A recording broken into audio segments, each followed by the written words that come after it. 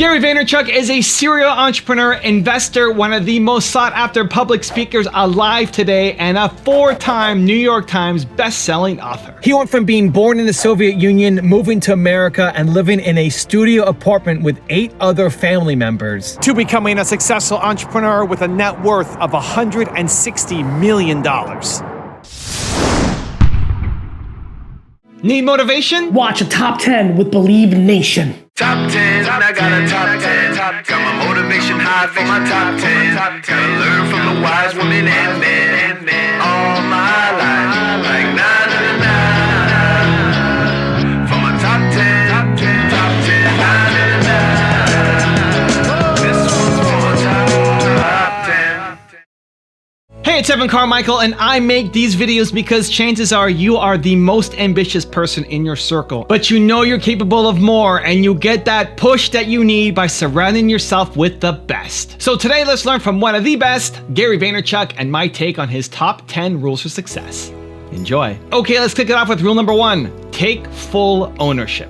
So one of my favorite Gary V answers was when asked what you would do if your daughter, when she turns 14, goes into her room and is filming all her videos and nobody likes it, and she comes out and says, "Nobody in this world loves me," and your answer was, "Step your game up," I believe is the answer. Tell us about that. The market is the market, man. Like, you know, if nobody's watching your stuff, like, it's not good enough. Like, everybody thinks their stuff is so good. Like, every day, Gary, my Instagram's so on fire, it's so awesome. Why is nobody, like, why am I not gaining followers? Because it's not awesome. Like, of course, like, it's just back to the same, like, you've seen it. You all have friends who be like, "Look how cute my kid is," and you're like, "Ugh." You know, like, it's what we think. We all think our stuff is the best, and like, I get that. But yeah, that would be my advice, only because that also is liberating. Like to me, everything's about breathing, right? Like, to me, everything is about, like, take full ownership for everything, and then everything gets easy, because then you're in control. And then learn how to love to lose. Like, for me, my game's simple, right? It's all my fault. So now, I'm not mad at Lindsay or D-Rock, or that's it, my fault. I'm empowering them. So it's actually true. My fault. Now, oh, we lost this, or this didn't deliver, or we f***ed up. All right, it's an L. Like, everybody's got losses. You know, it's funny, when UFC started getting popular, I started using it to paint the picture. I'm like, look, business and entrepreneurship is much more UFC than it is boxing. In boxing, a loss is devastating. Like, you know, I'm a big boxing fan, like most big fights, like the big fights through the year, almost, it's just unbelievable amounts of 33-0 versus 35-0, right? Just like, that's like what you do. You don't fight anybody, and you get to that level. Everybody's got losses in the UFC. And so I think that's how entrepreneurship, that's how life is. We all have losses. And so I like losses. I love adversity. I like the climb. I like the chip on my shoulder. I like when people are like, "Oh, I knew it. He's not that good." That is like I'm even weirdly scared as I continue to ascend and I'm getting popular, and what do you say, the marketing leading, like, as people start putting these words in front of my name, I'm like, am I gonna sabotage myself to like recorrect this? Like, I like adversity. So yeah, all on me. You know, I enjoy losses. Now all of a sudden, like, what? You become completely invincible. I feel invincible. I really genuinely, outside of the health of myself and 20 people, feel 100% invincible as a person. Rule number 2, develop self-awareness. There are gonna be times where naturally, right now I'm in a phase in my health, in working out, especially after I really severely sprained my ankle, where over the last 4 years, I'm probably at the heaviest, I've got the most fat that I've had in 4 years. And for the last 3 months, I've just not been in the same zone that I've been for the last 4 years. I'm dealing with it by not over-judging myself. And so things ebb and flow. Like, right now, you're in massively good physical shape. I mean, you just are. I'm impressed. I did biceps today, so. I'm impressed. But I'm sure you intuitively understand there'll probably be a chapter where you won't be as tight on your regimen and what have you. The way, you know, I'm very fascinated by the conversation of work ethic, hustle, overworking. I'm fascinated by people's ability to not take on accountability. I never feel like my points of view and my thoughts and my hot takes and my passions and my story are right. I've never believed that in my life. I don't think they're right. I think I enjoy sharing them because I enjoy sharing them. I'm a communicator. There's some selfish needs of communicating, I'm sure, but like I share them, but everybody shares them. This thought that, you know, I think one of the biggest things we need to get more thoughtful about is this question, which is, the answer to the question is by conversating with yourself and trying to develop self-awareness and not look for outside validation. When people email me and say, Gary Vee, I've been hustling 15 hours a day, I'm like, you getting enough rest? You good? Are you pumped? Like with intention, my intention is to be happy. And so I'm not gonna apologize for enjoying my work. Rule number 3, chase actual results. Talk about like society wrapped up in vanity, like of social. If you are a high school guy who's a nerd, but you get a blue check from Instagram, your life changed. Changed. You get any girl you want.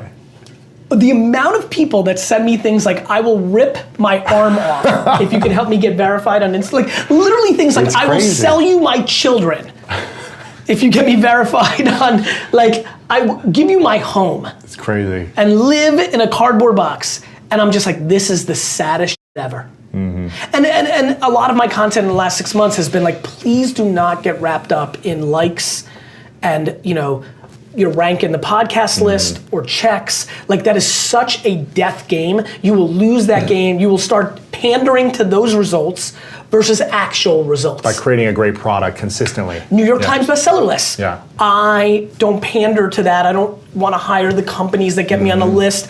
I want to sell more books. Yeah. That's the KPI. Impact more people. That's even the bigger KPI. But look, I mean, the world has always traded on, I mean, you know, do you know how sad at this point I am when I'm on these 30, no, I'm not 30, excuse me, like top 40 influencers or 50 under 50 now, which is the only thing I can. How old are you now? 42. Yeah. So, you know, I think that, you know, I hate it because my feed gets filled up with like, congratulations, or the other people that are on it trying to get me into a conversation. Not because I kudos to them, because I was the most pumped too when I was like 10 most important people in the wine business under 40, like amazing, I get it. But it's, as you get older, you realize how those awards or those like just completely arbitrary things of like an editor liked one of your podcasts and decided, and we all get excited. Yeah. Like 6 best podcasts to listen in 2018. You want to be a part of that. You want awareness. Here's what I would say. We've overcorrected a lot of people into caring about that more than the actual results. And so we care more about the facade than we care more about like, look how nice my room, like this, we're in a beautiful room right now, right? You've really done a nice job with this. Yeah. I like how you put like the more important people on their own like wall over here. That's well, they were just bigger photos. No, so no, you made them bigger. I know you. But here's what's interesting to me. What's interesting is if the concrete and steel under this building is well, this whole thing falls. It didn't matter that you put some like how pretty it is, exactly. Yeah. And I think right now, too many entrepreneurs and personalities and people, 98% of the people that are listening to this podcast right now are caring about the decorations and the curtains and the painting in the room, not the steel and the concrete holding up the room. And I think that that's an important conversation to be had. And I think a lot of what makes me happy and worked for me has been the steel and the concrete. Rule number 4, don't rely on luck. Where you end up in your, you know, your career is going to be predicated on many things, and talent is one of them. Your ambition is another, circumstance. You know, all of us, if we have a tragic event, check out. Right. Like there's a million variables in life, but take away luck, like, you know, do you know that I do not play the lottery because I'm scared to win? You're scared to win? I do not play the lottery because I'm scared to win, because then everybody will say that it was the lottery ticket that enabled me to do the things I'm planning on doing in the next 50 years. Also, if you want to have more confidence, self-love, and motivation, check out my 254 series where every day for the next 254 days, I'll send you an amazing unlisted video to your email for free to move your confidence forward. The links to join are in the description below. The reason people aren't patient is they value other people's opinions too much. I'm so grateful that I don't give a crap what anybody thinks of me while equally caring. The biggest obstacle to success is a lack of optimism. Rule number 5, stay true to yourself. No entrepreneur can be successful with somebody who is not independent. None. There's no entrepreneur. Partner. That's right. Yeah. No Sally, if her husband Rick is not independent and can't keep himself busy and isn't about his life, she can't do what she needs to do because he's gonna be pulling her at all times and making her feel guilty for taking that extra business trip, for looking at the phone during dinner. And so you need, if you're a true bred entrepreneur, an obsessed entrepreneur, and what I mean by that is, I believe, I know your audience, I know mine, I believe 87% of the people listening right now are in it for the money. They're in it for the short term, get the money, go on the nice vacations, right? Buy the nice car. If you're part of the 13%, that I'm a part of, which is you would die tomorrow if somebody said you couldn't play. I would much rather make $100,000 a year, and I proved this. This is what I did in my, from 22 to 34, I made $150, $130, $167, $49,000 a year building my dad's business for him. I never got upset that I got no equity. I don't have resentment that I left that business at 34 with nothing. Even when people say to me, don't listen to Gary, his daddy put him on or gave him the business, when I know the true story is, I didn't get anything. I just built a monster business for my dad in my best years of my youth and then left and started over, right? I mean, VaynerMedia started with me getting a client to pay, because I had no money to pay me and AJ or anybody else. For the 13% who are listening, they get it, which is like, look, no question, I think a lot of people are like bullshit if they don't know me, but if you know me, make $14 million a year, right? And not be able to play anymore, passive income. Make $200,000 a year and get able to play, I'm not even close. It's $200,000 and play. I'll suffocate. You mean I'm like play? a fish out of water if I'm not building a business. Every moment of my life since 1987 has been unbelievably passionately 98% of my human energy against the notion of either my family or building the business that's in my hands at the time. Baseball cards, liquor store, you know, my personal brand, VaynerMedia, the investments I've made, selling a book. I'm always in project mode operating. I've, you know, from the day I started working, I've been running a company, becoming Gary Vee and all that stuff. There's never been a day where Gary Vee has been my business. Every day since May of 1998, I've been running Wine Library or VaynerMedia, all of them. Every single day in continuum. So, yeah, I mean, to me, if you're one of those 13%, for all the 13% that are listening, if you're still not married, or by the way, if you're married, you may want to consider divorce. I'm being really serious here, because you're not doing yourself a favor and you're not doing your partner a favor. If you are not blindly supported, you will suffocate and die. It will not work. It just will not work. Rule number 6, evolve. And I think for some people, the come up's easier and the level up's harder. For other people, it's the reverse. For me, you know what? It's gonna be a fun recall. The same guy who works the room with the same level of humility and deep passion to meet people and help them and help himself if serendipitously he stumbles into an opportunity, who loves to co-sign and watch people shine and like, why not? Who likes to like add to that, you know, is the same guy today that was 7 years ago, and that's the same with me with WineTech's, Tops. Like, I'm pretty much navigating the same exact business blueprint that got me here, and I'm a more mature version. I'm in the subtleties much better than I used to be, but at its core, like what, you know, a lot of times you hear the saying, you know, what got you here is what you need to double down on, and then you hear contradictions like, you gotta change up now that you're at the next level. I think people make those things absolute. Here's how I see it. I'm tripling down on what got me here, but I'm maturing and evolving around the edges and changing certain things, more mature, more thoughtful, not making the same mistakes, experienced Gary should be better than rookie Gary. Rule number 7, focus on things that matter. Unless it's complete death blow, death to me and my 17 people that I give a shit about, like everything else is super secondary. And let me tell you something, if you actually get into that mindset, it gets real good. Like everybody like makes these big deals out of things that just don't matter. It's perspective. You know, my selfishness comes from my selflessness. Like, it's what makes me feel good. I see it in my mother. My mom is the epicenter to every single person in her life. Her sister-in-law, her cousins, aunts, everybody goes to her. That's her comfort zone. Me too. Ask Gary Vee. Like this is my comfort zone. Like, I like this. Like, I hate when people are like, what can I do for you? Like, I say nothing. I don't want anything. I hate that feeling. I went into my family business because I felt like I owed it to like pay them back. Those are my parents. So if that's what I feel about them, what do you think I think about everybody else? Rule number 8, appreciate micro failures. There's a really interesting thing that an entrepreneur, that she or he needs to be able to manage a lot of things, which is, I'll use this analogy, TD. This is the easiest way I can put it. Some people really just want to juggle 3 balls, and they do it, and nothing falls, and they're like, look. And I'm like, cool, that's amazing. I'm going to juggle 25 plates. 9 of them are gonna break, right? But I'm 16 to your 3. And because I actually don't care about judgment, because the reason a lot of people don't do things is, look, Empathy, which is a wine brand that I launched. I come from the wine business. I'm building a machine that's building brands. And if Empathy fails, that's like a big L. And like could really like slow me down if somebody's thoughtfully looking at me, but I'm okay with that L.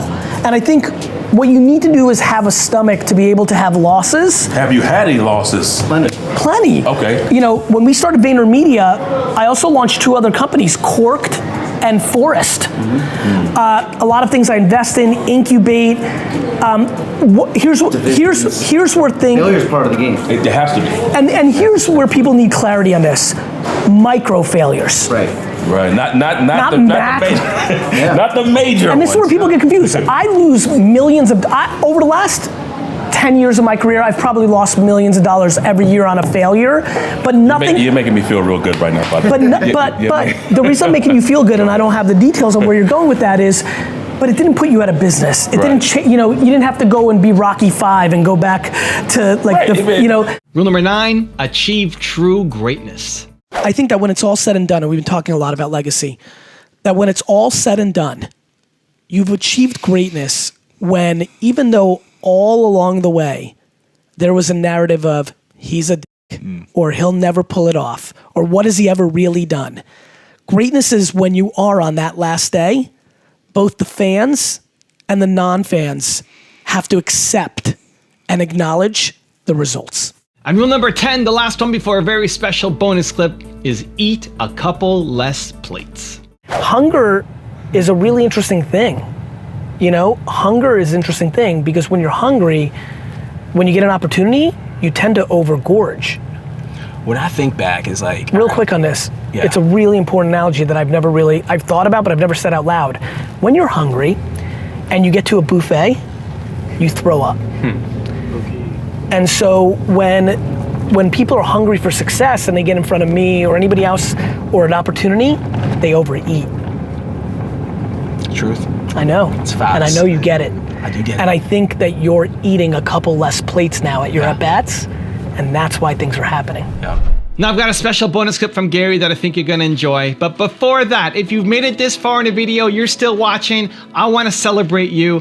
Here in Believe Nation, we don't just watch videos, we take action. So if you commit to taking action immediately after watching this video, give me a hashtag Believe down in the comments as well. Listen, when I talk about kindness being the foundation of business success, a lot of people in the comment section, DMs, hit me up with the concept of, Gary, you're wrong, I'm so kind, and people walk all over me. This is a shout out, this is a call of action, this is a question to the humans that say, you're wrong, I always get walked all over. I want to ask you a simple question. When you perceive that you're giving, is that you giving something with the expectation that something happens? Like, are you like grabbing Tyler's coffee every day, but really what you want him to do is promote you, and when he doesn't, you're like, oh, Tyler didn't ask you to get that coffee on the way. Were you doing something kind because you expected something in return?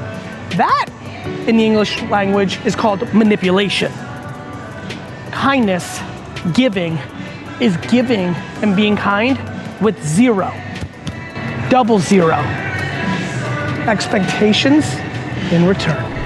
Evan, thank you so much for having a couple seconds and being able to tell the Believe Nation a little bit about Empathy Wines. It means a lot to me that you would take this valuable real estate and time on your channel to give me some love. It means a lot. It's just good karma points, and so you're awesome. Thank you. Believe Nation, if you're into wine at all, go to empathywines.com. My whole career's work was poured into producing a wine that rivaled $40 to $60 wine for 20 bucks a bottle. I'm just super excited about this subscription-based wine business. You can order 3, 6, or 12 bottles in subscription form, rosé, white, red. If you search on Instagram or Twitter, you will be blown away. People are literally like, I don't even like Gary Vee, but the wine's good. Super proud of the effort. Thanks, Evan, for the time. Wishing you guys all happy and healthy.